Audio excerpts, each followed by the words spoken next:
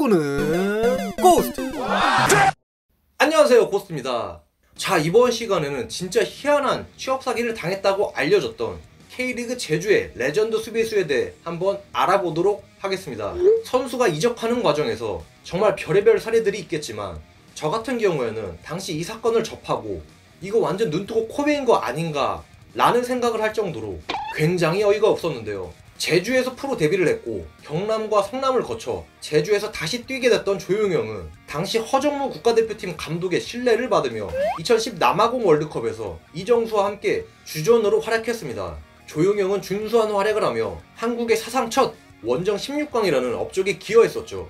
월드컵 이후 조용형은 유럽 구단들과 링크가 뜨기 시작했고 축구 팬들도 유럽 빅리그에서 뛰는 센터백을 볼 수 있을까? 하는 기대감을 가질 수밖에 없었습니다. 까볼까? 하지만 그랬던 조용형이 갑자기 카타르로 날아가 버렸고 카타르 리그의 알라이안과 계약을 체결했는데요. 비슷한 시기에 이정수마저 카타르 리그 알사드로 이적하며 국가대표팀 2명의 센터백이 카타르에서 뛰게 됐습니다. 중동이었으니 당연히 연봉이 세긴 했지만 조용형이 카타르로 갔던 건 그것 때문만은 아니었는데 카타르에서 2년을 뛰고 스페인 라리가의 말라가로 이적하는 2+2 계약 조건이 명시돼 있었다고 합니다. 한편 알라이안의 카타르 구단주가 말라가에 엄청난 투자를 하며 이름 있는 선수들을 오지게 영입하는 상황이었는데요.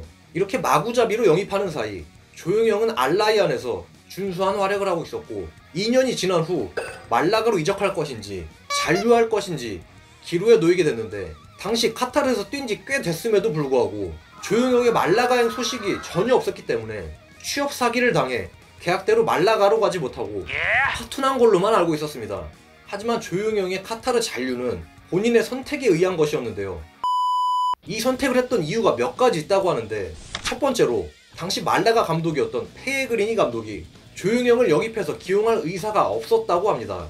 말라가는 라리가 상위권 팀이었으며 데미첼리스와 마티센이라는 굳건한 주전 센터백이 있었고 백업 자원까지 넉넉했기 때문에 굳이 조용형을 데려갈 필요가 없었는데요. 특히 라리가는 노니우 선수를 3명까지밖에 포함할 수가 없기 때문에 더욱 쉽지가 않죠. 두 번째로 조용형은 카타르에서 스페인 라리가로 가게 될 경우 엄청난 연봉 삭감을 감수해야 했습니다. 알라이안에서 2년간 약 36억 원 이상의 연봉을 받았던 조용형이었는데 돈을 펑펑 쓰던 말라가였음에도 불구하고 정작 조용형에게는 상당히 적은 연봉을 제시한 듯합니다. 제가 누누이 말하지만 프로는 돈으로 움직이는 게 당연하기 때문에 충분히 고려할 만한 부분이었다고 보입니다. 마지막으로 세 번째는 카타르 리그에 이미 적응해서 익숙하다 보니 굳이 이적할 필요성을 느끼지 못했다고 합니다. 당시 조용형의 나이가 30살이었기 때문에 또다시 새로운 리그에서 뛰는 게 부담스러웠을 수도 있을 듯한데요. 애초에 2+2 계약 같은 거 말고 그냥 다이렉트로 유럽 진출을 해버렸으면 다른 결과가 나오지 않았을까 싶네요.